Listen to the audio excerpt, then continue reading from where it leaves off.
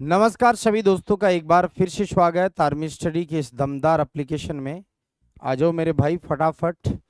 और blood circulation system जिसको आज अपन कंप्लीट करेंगे। गुड मॉर्निंग, राधे राधे, जय श्री राम। आ जाओ भाई फटाफट।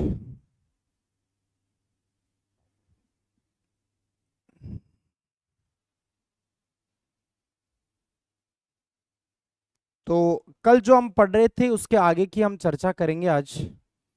कल हमने लास्ट ब्लड प्रेशर बीपी पढ़ लिया था। आज अपन रक्त वाहिनियां। कल संडे है, कल ऑफ रहेगा, बिल्कुल कल छुट्टी रहेगा।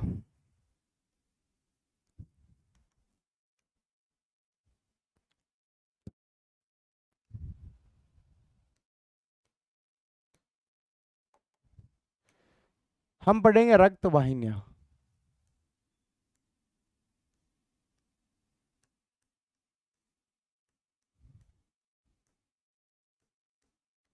रक्त वाहिनियां, इनको हम ब्लड वेसल्स बोल सकते हैं। तो रक्त वाहिनियां ब्लड वेसल्स क्या होती है? तो देखो, मानव शरीर की अगर मैं बात करूं मेरे भाई, तो मानव शरीर में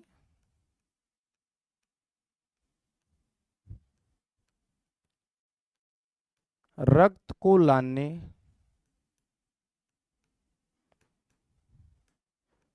व ले जाने के लिए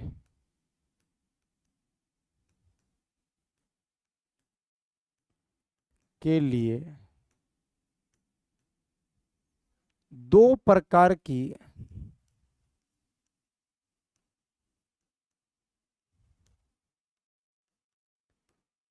रक्त नलिकाएं पाई जाती हैं।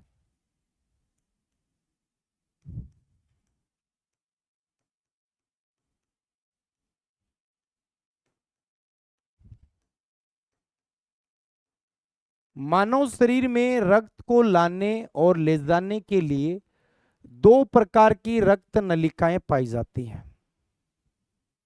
कमेंट विवेक द्विवेदी, क्या पढ़ूं बता? क्या अच्छी बात लिखी है जो मैं पढ़ लूं? तेरा कमेंट बता।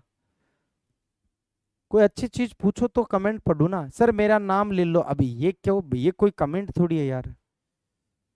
पढ़ाई पे ध्यान दो भैया ना। क्योंकि आप लोगों का लक्ष्य नाम लेना नहीं है। आप लोगों का लक्ष्य है आपको आपके मंजिल की प्राप्ति करना। और वो तभी होगा जब शांत रहकर पढ़ोगे। नहीं, अभी लास्ट तंत्र इसके बाद आएगा। जनन तंत्र पढ़ेंगे हम मंडे से, वो लास्ट तंत्र 8वां रहेगा अपना। तो अपने तंत्र तो 8 कंप्लीट हो जाएंगे। फिर उसके बाद भोजन के स्रोत, मानव रोग, कोशिका, आनुवंशिकी, उत्तक, ये पढ़ेंगे। तब बायोलॉजी का एक पोर्शन कंप्लीट होगा। फिर उसके बाद हम फिजिक्स केमिस्ट्री लेंगे, लास्ट में बॉटनी रखेंगे। अब दोस्तों, दो प्रकार की रक्त नलिका कौन सी है? तो नंबर 1 धमनी और नंबर 2 शिरा। धमनी को हम बोलते हैं आर्टरी,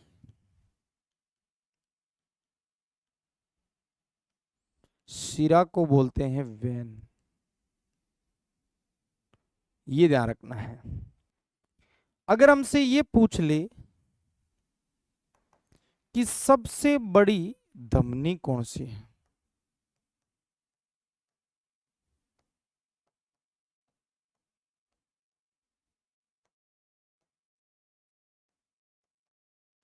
और सबसे बड़ी शिरा कौन सी है?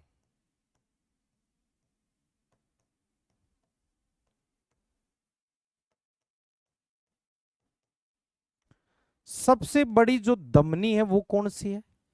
वो सबसे बड़ी शिरा है वो कौन सी है? 4 से 5 क्वेश्चन अग्निवीर आशीष कुमार दिल्ली पुलिस में पूछे जा सकते हैं। सबसे बड़ी धमनी होती है वो है महाधमनी, और सबसे बड़ी शिरा है वो पश्चिमाशिरा है।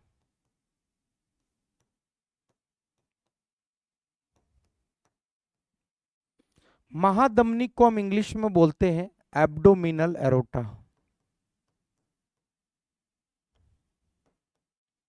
Abdominal aorta.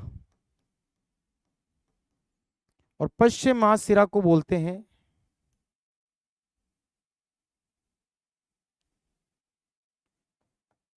Severe vena cava या इंफीरियर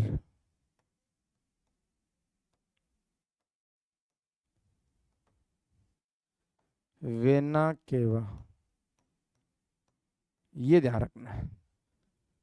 अभी हम इन दोनों में डिफरेंस भी पढ़ेंगे कि आर्टरी और वेन, धमनी और शिरा में अंतर क्या है। ठीक है, तो मानव शरीर में ब्लड को लाने, हमारे शरीर में रक्त को लाने और अंगों में वापस ले जाने के लिए दो प्रकार की रक्त नलिकाएं होती है, एक धमनी और एक शिरा होती है। अभी इन दोनों में हम डिफरेंस भी पढ़ेंगे। सबसे बड़ी धमनी और सबसे बड़ी शिरा का नाम ध्यान रखना। अब एक बार इसको रिवीजन करो फटाफट।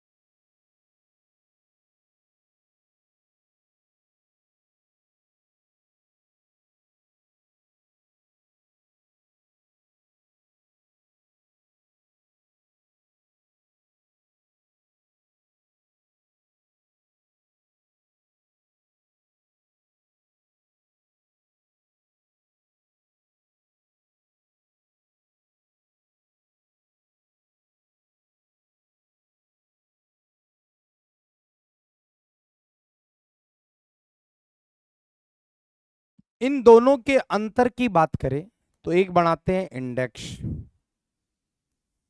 और धमनी और शिरा में करते हैं हम अंतर।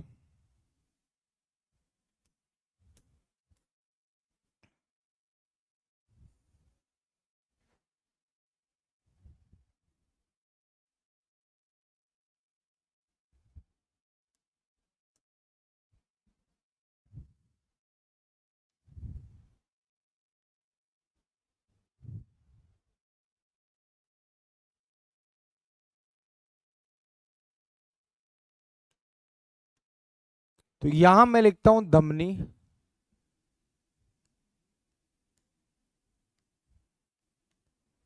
और यहां मैं लिखता हूं शिरा।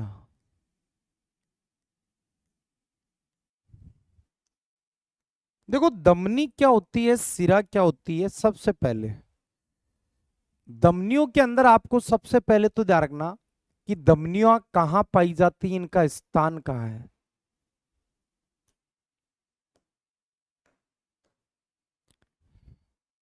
इनका स्थान पूछ ले।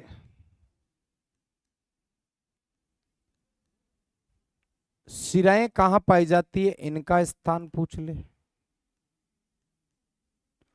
फिर आता है धमनियों का रंग कैसा होता है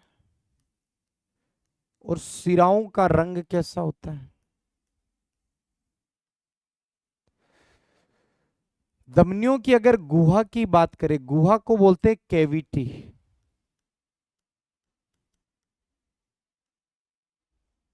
मतलब खाली जगह कैसी है, ज्यादा है कम है, वो चीज बतानी है।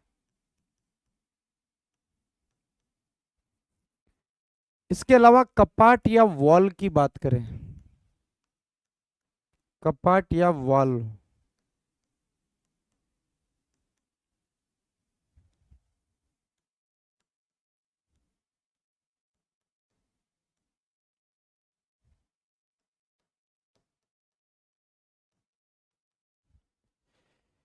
और कार्य की बात करें,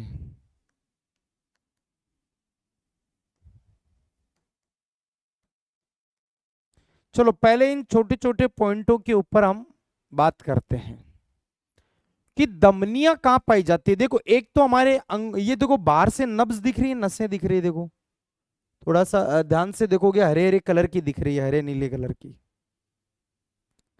तो ये जो बाहर नसें दिख रही है ये तो सिरा है, ये शरीर की सतह पर है।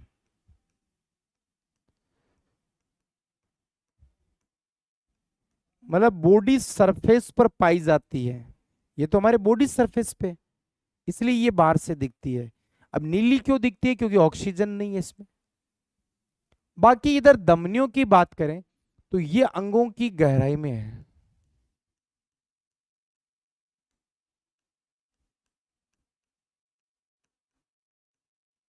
ये अंदर है, ये दिखाई नहीं देती, ये नीचे है, बहुत नीचे है, दिखेगी नहीं हमें। धमनियों का रंग लाल होता है, जबकि सिराओं का रंग नीला हरा होता है।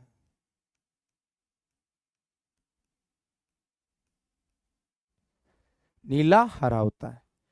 अब देखो केविटी गुहा का मतलब है भाई चौड़ाई में ये कैसी है, धमनियां ज्यादा चौड़ी है कि सिराएं ज्यादा चौड़ी है? तो धमनियां तो दारना संकड़ी होती है, मतलब कम चौड़ी होती है,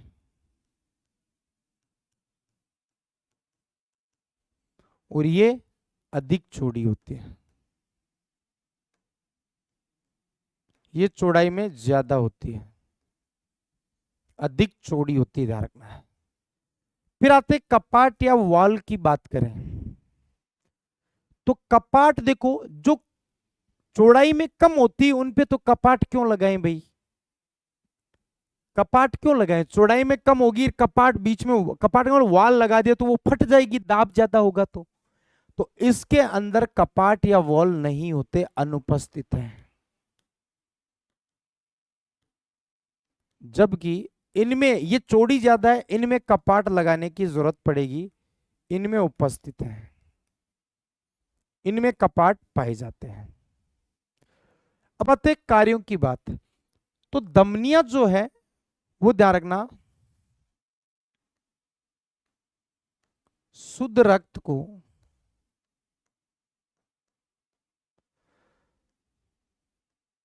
हृदय से अंगों में ले जाती है।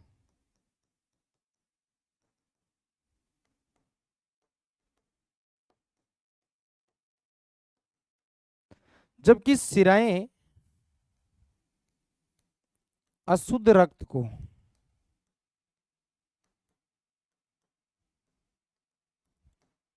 अंगों से हृदय में लाती है।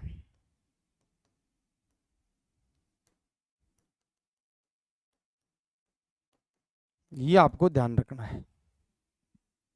मतलब ये शुद्ध रक्त को हृदय से कहां ले जाएगी? अंगों में, और ये अशुद्ध रक्त को वापस अंगों से हार्ट में लाती है।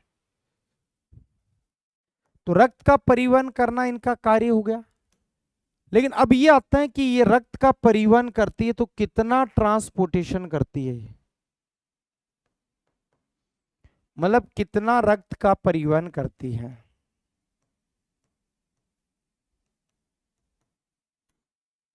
तो हम कहेंगे जो धमनियां होती है ना ये केवल 16% रक्त का परिवहन करती है। परिवहन का मतलब होता है ट्रांसपोर्टेशन, और ये 65% रक्त का परिवहन, मतलब धमनियों में अशुद्ध रक्त ज्यादा पाया जाता है, शरीर के अंदर शुद्ध रक्त कम होता है। तो 65 और 16 कितना होता है?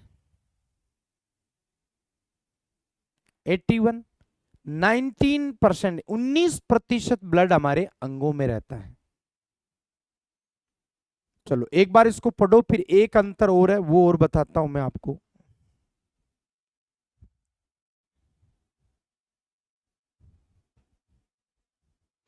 ब्लड प्रेशर तो हमने कल ही पढ़ लिया था, इसके बाद लास्ट अपन हृदय पढ़ेंगे बस।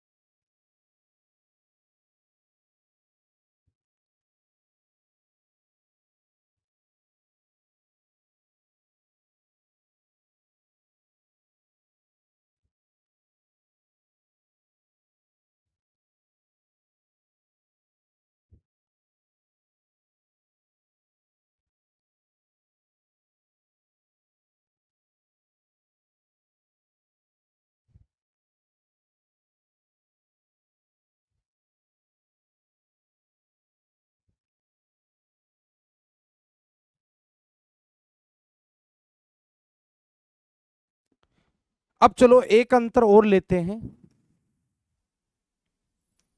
धमनियों के अंदर शुद्ध रक्त बहता है।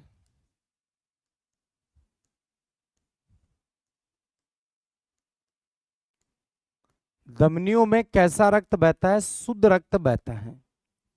जबकि सिराओं में कैसा रक्त बहेगा? सिराओं में अशुद्ध अनप्योर ब्लड बहता है, अशुद्ध रक्त बहता है, मतलब अनप्योर ब्लड बहता है, और यहां प्योर ब्लड बहता है। लेकिन दोस्तों इन दोनों में एक एक अपवाद है। अपवाद का मतलब जो उल्टा काम करती है।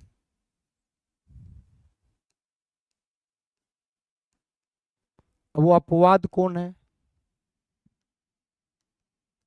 दोनों में एक्सेप्शन है जो उल्टा काम करेगी।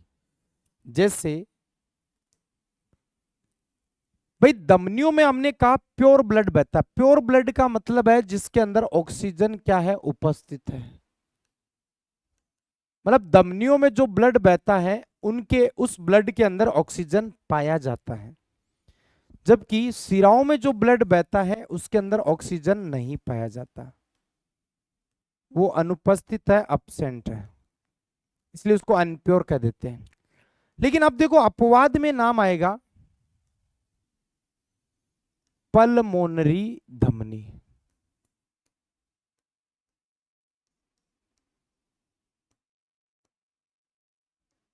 या इसको फुफ्फुसीय बोला जाता है। हिंदी में फुफ्फुसीय धमनी बोल सकते हो।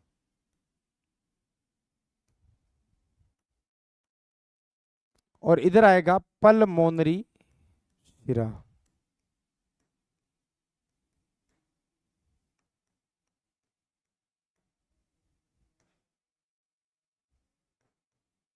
या फुफ्फुसीय शिरा बोलते हैं।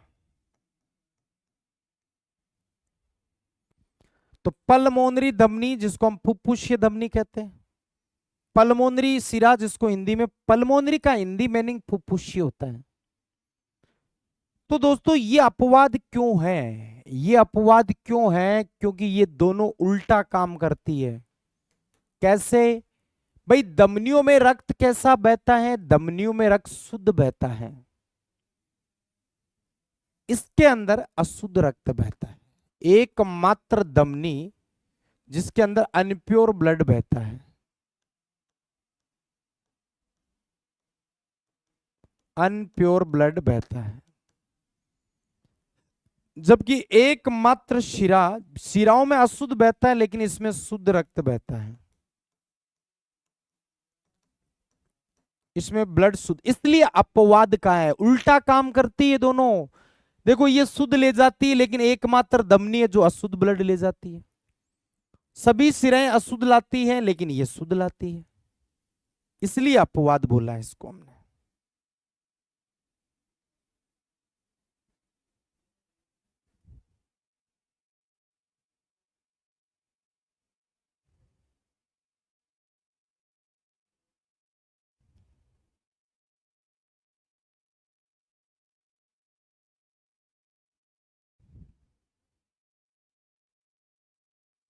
चले आगे।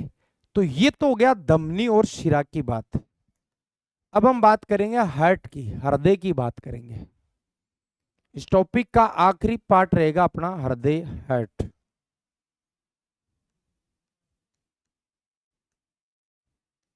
हृदय को हम दोस्तों ध्यान रखना दिल भी कहते हैं। क्या कहते हैं? दिल। कहते हैं ना दिल दीवाना है, तो ये दीवाना वाला हार्ट हो गया भाई। छोटे छोटे पॉइंटों से शुरुआत करेंगे हम। छोटे छोटे पॉइंटों से शुरुआत करेंगे कि हृदय कहां पाया जाता है। तो हृदय मेरे भाई वक्ष गुहा में,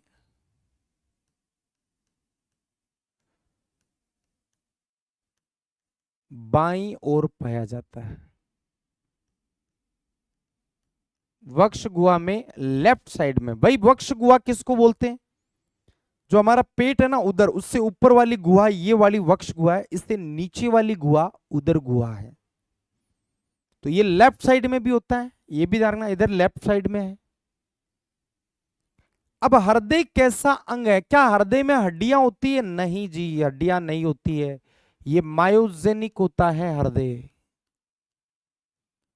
कैसा होता है? मायोजेनिक। मायोजेनिक का मतलब पेशीय अंग है, जो केवल और केवल मांसपेशियों से बना हुआ है। जो केवल मांसपेशियों से बना हुआ है उसको मायोजेनिक कहा जाता है, ये ध्यान रखना है।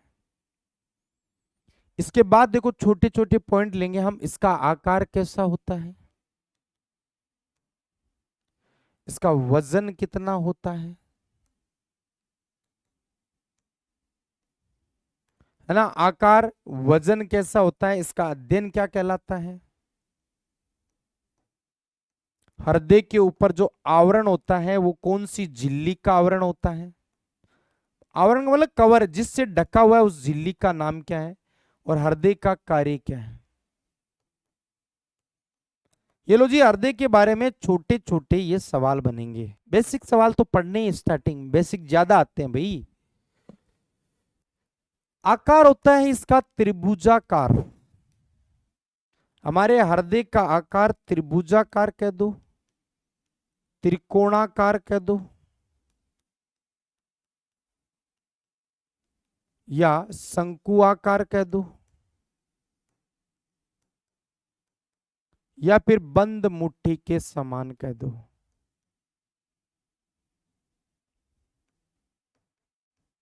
बंद मुट्ठी के समान।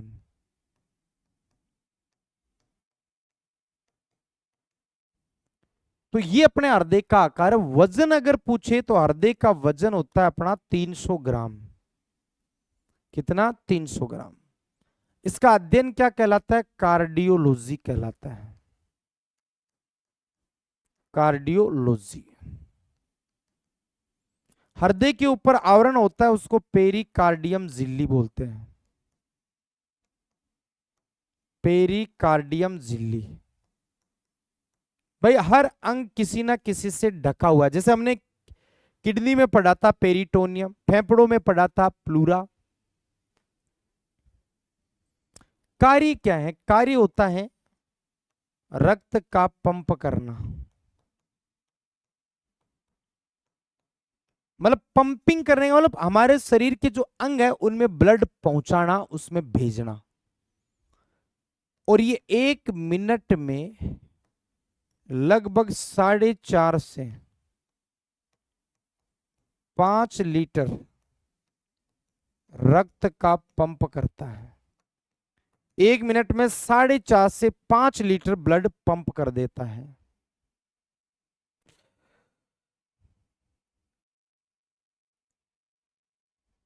ओके, ये हृदय के बारे में कुछ बेसिक बेसिक बातें हैं।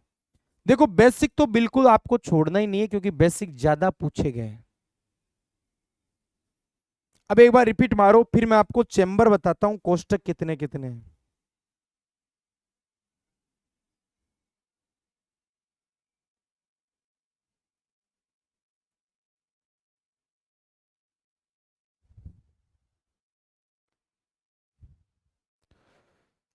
सर भरो।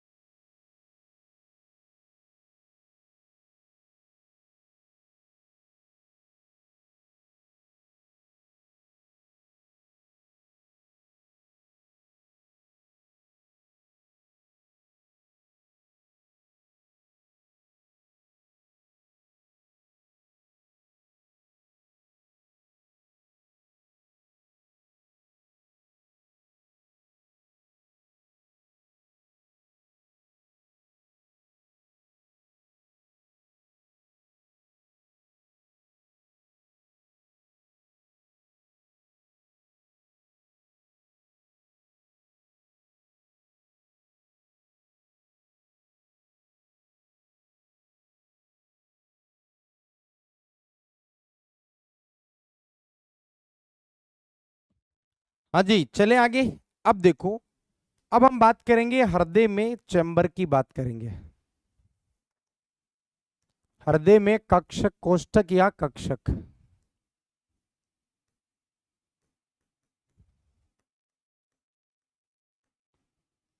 या कक्षक की बात करेंगे। इंग्लिश में आप इसको चैम्बर कह सकते हो, चैम्बर। चलो मैं एक एक आपको सारे बताता हूं। सबसे पहला पीसीज, मछली। इसमें कितने होते हैं? देखो, पीसीज वर्ग का नाम है जिसमें मछलियां आती हैं। एक आता है एम्फीबिया। एम्फीबिया, इसको हम उभयचर बोलते हैं। भाई उभयचर क्या होता है? वैसे वर्गीकरण आपको पढ़ाऊंगा मैं जब बोटनी पढ़ाऊंगा तो जो जल और थल दोनों जगह रह सकते हैं, और इसमें खास तौर पर नाम आता है मेंढक का। इसके अलावा सरीसृप, इसको हम इंग्लिश में रेप्टिलिया बोलते हैं। इसमें सांप है, छिपकली है, ये वाले आते हैं। फिर आता है एवीज। एवीज में कौन आते हैं? पक्षी। और लास्ट में स्तनधारी, जिसमें हम लोग आते हैं, मैमेलिया बोलते हैं इनको।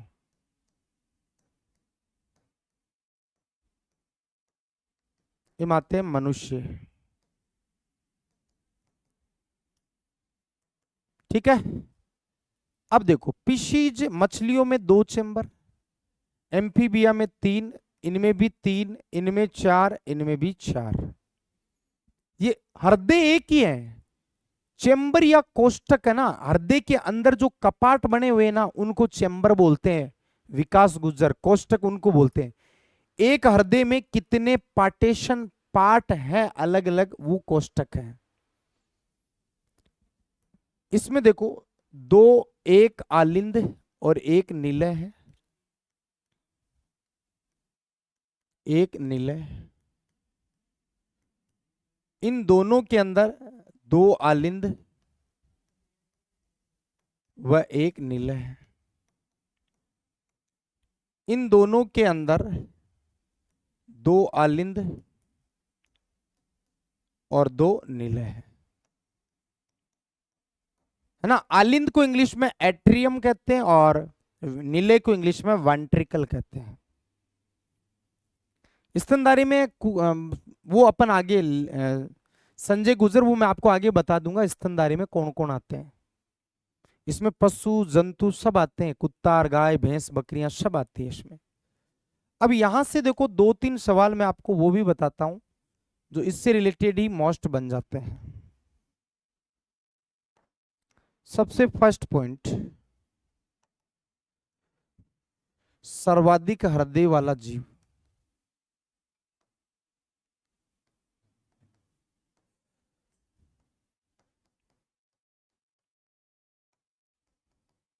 दूसरा सवाल, सर्वाधिक कक्षीय हृदय वाला जीव।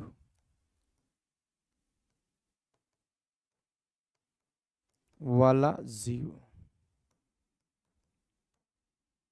और एक आता है सर्वाधिक वजनदार हृदय वाला जीव।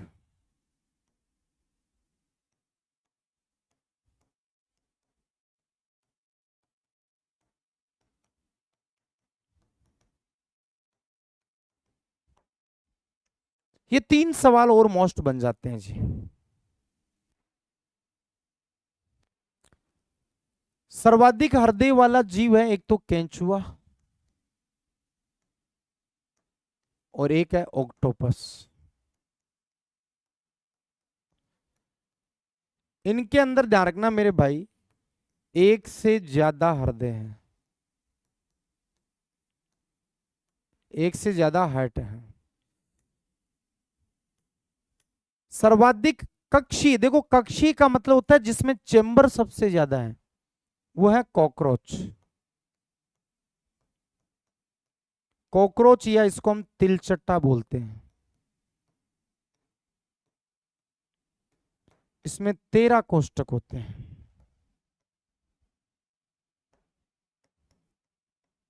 तेरह चैम्बर होते हैं। सर्वाधिक वजनदार हृदय वाला जीव तो वो हो जाएगा आपके अफ्रीकन हाथी।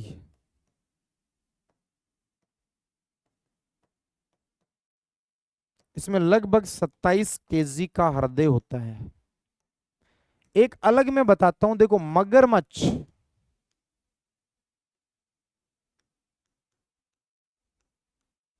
और एक ध्यान, मगरमच्छ और एक ब्लू व्हेल, अगर इनके अंदर हृदय चैम्बर पूछे तो कितने चैम्बर है दोनों में? तो दोनों में 4 चैम्बर है, 4 कोष्ठक है। कितने जी? 4 कोष्ठक है, ये ध्यान रखना है। ये हो गए आपके हृदय के चैम्बर से रिलेटेड सवाल। हाँ, ये अपवाद ही है, दोनों 4 चैम्बर इनमें।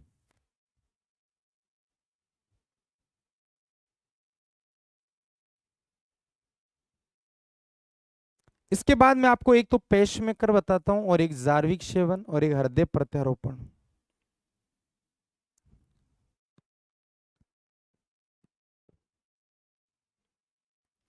चले आगे। अब देखो नेक्स्ट, एक नाम आता है दोस्तों पेसमेकर।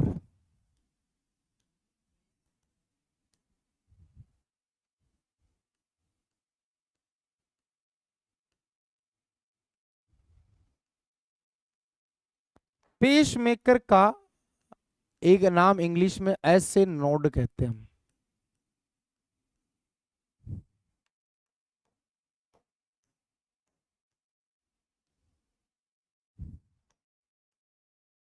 देखो ऐसे नोड का मतलब पूरा नाम होता है साइनोएट्रियल नोड। साइनोएट्रियल नोड है।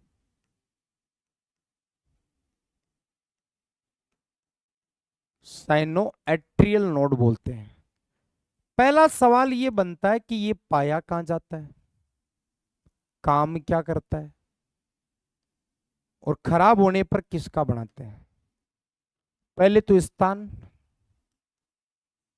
दूसरा है कार्य, और एक आएगा खराब होने पर किसका बनाते हैं।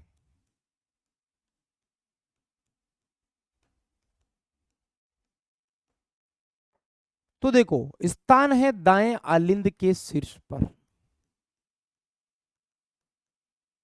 दाएं आलिंद के शीर्ष पर। भाई अपने देखो दो आलिंद होते हैं, दो निलय, एक दायां आलिंद और एक बायां आलिंद। दायां आलिंद के टॉप वाले भाग पर होता है, अनूप गुजर पीडीएफ मिलेगा उसके बाद लिखना। कार्य क्या है पेसमेकर का? हृदय की धड़कन को कंट्रोल करना, हृदय की धड़कन को नियंत्रित करना।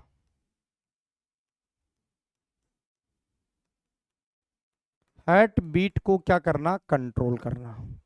और कई बार ये खराब हो जाता है तो लिथियम धातु, जो सबसे हल्की धातु होती है, लिथियम होती है ना सबसे हल्की धातु, लिथियम धातु का बनाया जाता है। सबसे हल्की धातु होती है जिसको हम लिथियम कहते हैं, उसका बनाया जाता है ये। तो ये तो पेसमेकर है। इसके अलावा देखो एक नाम आता है जार्विक सेवन। क्या है जार्विक सेवन? देखो जार्विक सेवन के बारे में बात करें तो जार्विक सेवन में देखो इसका आविष्कार किसने, पहले तो ये बताओ जार्विक सेवन क्या है। जैसे हमने कंकाल में एक पढ़ा था जयपुर फुट, तो वो कृत्रिम पैर है। वैसे जार्विक सेवन ध्यान रखना, यह कृत्रिम हृदय है, ये आर्टिफिशियल हार्ट है जो मानव ने तैयार किया है, कृत्रिम हृदय है, इसका आविष्कार किसने किया और इसका निर्माण किससे किया जाता है, बनाया किससे जाता है? इसका आविष्कार किया था अमेरिका का एक वैज्ञानिक doctor Robert Jarvik. Robert Jarvik ने किया था इसका निर्माण, और उसने अपने ही नाम पर इसका नाम जार्विक 7 रख लिया। तो ये आर्टिफिशियल हार्ट है, जैसे जयपुर फुट है ना, एक कृत्रिम पैर है वैसे। और इसका निर्माण रबड़ प्लस एल्यूमिनियम से बनाया जाता है। ये रबड़ व एल्यूमिनियम, क्योंकि एल्यूमिनियम जंग नहीं पकड़ता, तो रबड़ और एल्यूमिनियम से बनाया जाता है, ये ध्यान रखना है। चलो एक लास्ट और बताता हूं, फिर एक पीडीएफ से हम मोस्ट क्वेश्चन और देख लेते हैं। हृदय का प्रत्यारोपण,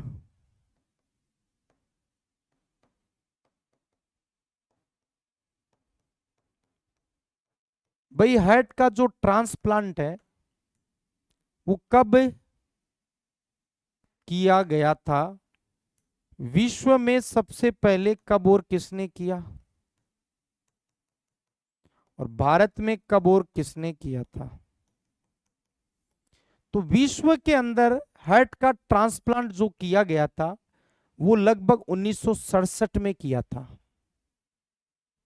किसने किया? Doctor Christian Bernard.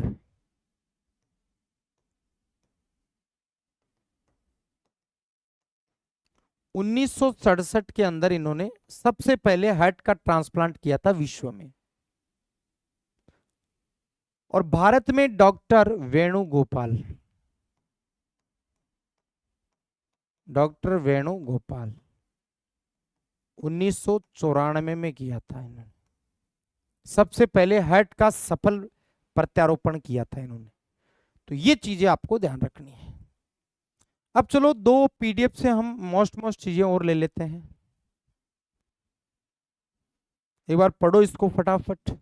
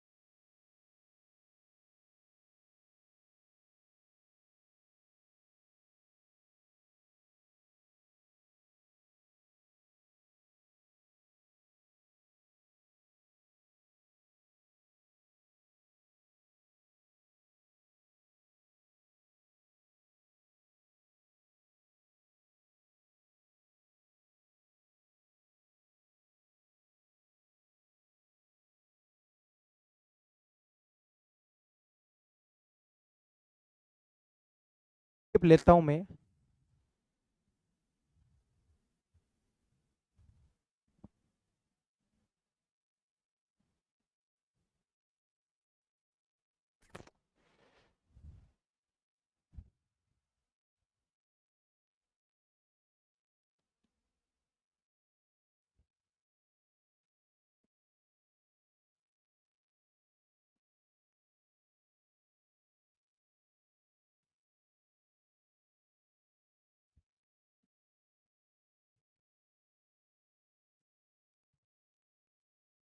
देखो एक चीज तो ये ध्यान रखना भाई, एक तो आएगा हृदय की धड़कन का,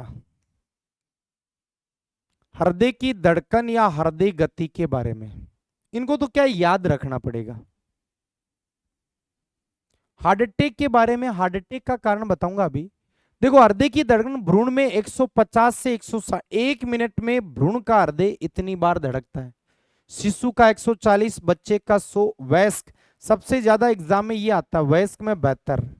छछुंदर होता है ना, श्रू बोलते हैं इसको इंग्लिश में, श्रू। सबसे छोटा स्तनधारी चूहे की तरह होता है ये, इसमें 700 से 800 सबसे ज्यादा। ब्लू व्हेल में 15 से 20, हाथी में 25 से 30। सुनने का यंत्र कौन सा है? स्टेथोस्कोप।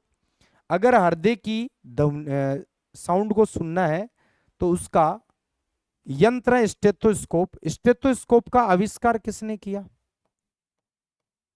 इसका आविष्कार लेनेक नाम के वैज्ञानिक ने किया था, लेनेक। और रिकॉर्ड करने का यंत्र ईसीजी आपको बताया था, इलेक्ट्रोकार्डियोग्राफ।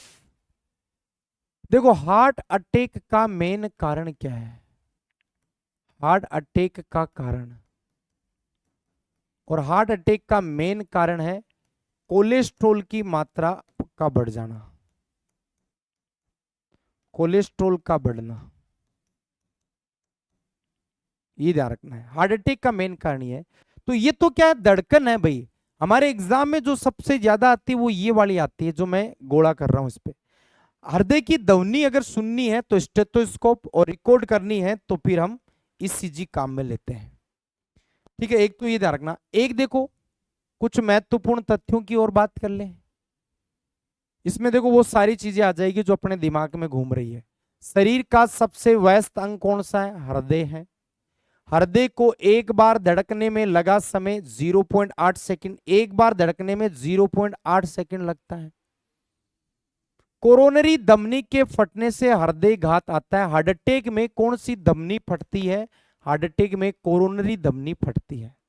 हृदयघात या हार्ट अटैक को विज्ञान में क्या बोलते हैं? विज्ञान में एंजाइना बोलते हैं। एक बार धड़कने पर हृदय से रक्त गुजरता है 70 ml, और नाड़ी दर के द्वारा हृदय की धड़कन का पता चलता है नाड़ी दर से। मनुष्य के अंदर बंद और दोहरा परिसंचरण पाया जाता है, ये ध्यान रखना। नाड़ी दर को हम रेडियल धमनी से मापते हैं, ये भी ध्यान रखना। और हृदय का साउंड आपको ध्यान रखना, लब डब होता है। बस ये वो आसान सवाल है, एक एक वन लाइनर है, इसको हम आराम से पढ़ सकते हैं, कोई इतना हार्ड काम नहीं है ये। तो ये अपना ब्लड सर्कुलेशन सिस्टम यहाँ कंप्लीट होता है। कल तो संडे, कल ऑफ रहेगा, लेकिन कल सुबह 9 बजे राजस्थान एग्जाम स्टडी पर मैं लेके आ रहा हूँ धांसू 40 सवाल। तो आपको यूट्यूब पर जुड़ना है, लिंक आपको मिले या नहीं मिले, राजस्थान एग्जाम स्टडी सर्च करोगे तो उसमें मैं दिख जाऊंगा आपको। सुबह 9 बजे लगाएंगे यूट्यूब पर टेस्ट। ठीक है, जय हिंद, जय भारत।